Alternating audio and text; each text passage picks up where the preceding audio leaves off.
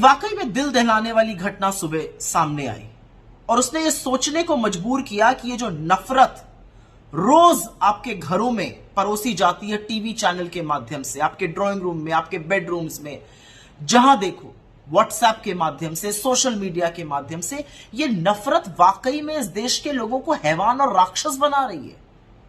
कहां ले आई है ये नफरत इस देश को? योगी और मोदी की ये नफरत ने इस देश के लोगों को दरिंदा और हैवान बना के रख दिया है।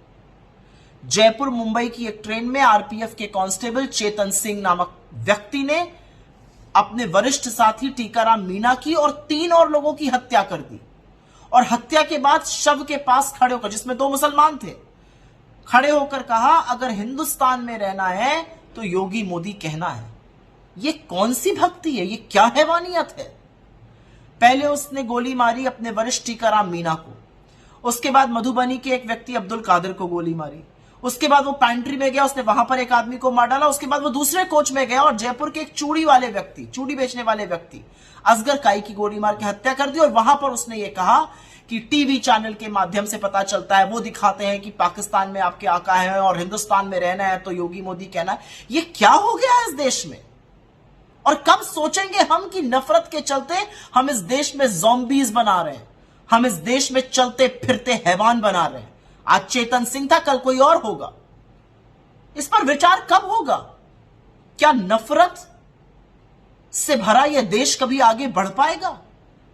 क्या इस कदर नफरत घोलने के बाद इस देश का अस्तित्व बचेगा?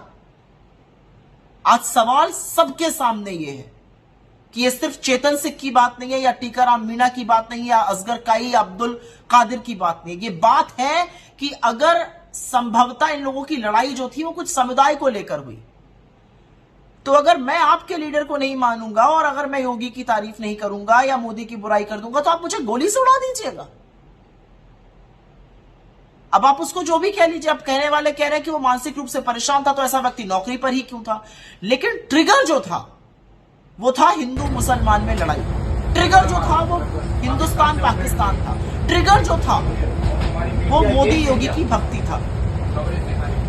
अपने देश के लोगों को मारने वाले लोग हैवान होते हैं और इस देश में हैवानियत और दरिंदगी भरने का काम मोदी जी और योगी जी आप कर रहे हैं। और अपने मीडिया के साथियों से कहूंगी, आपके हाथ खून से सने हुए हैं क्योंकि उस कत्लेआम में आप भी उतने ही शामिल हो।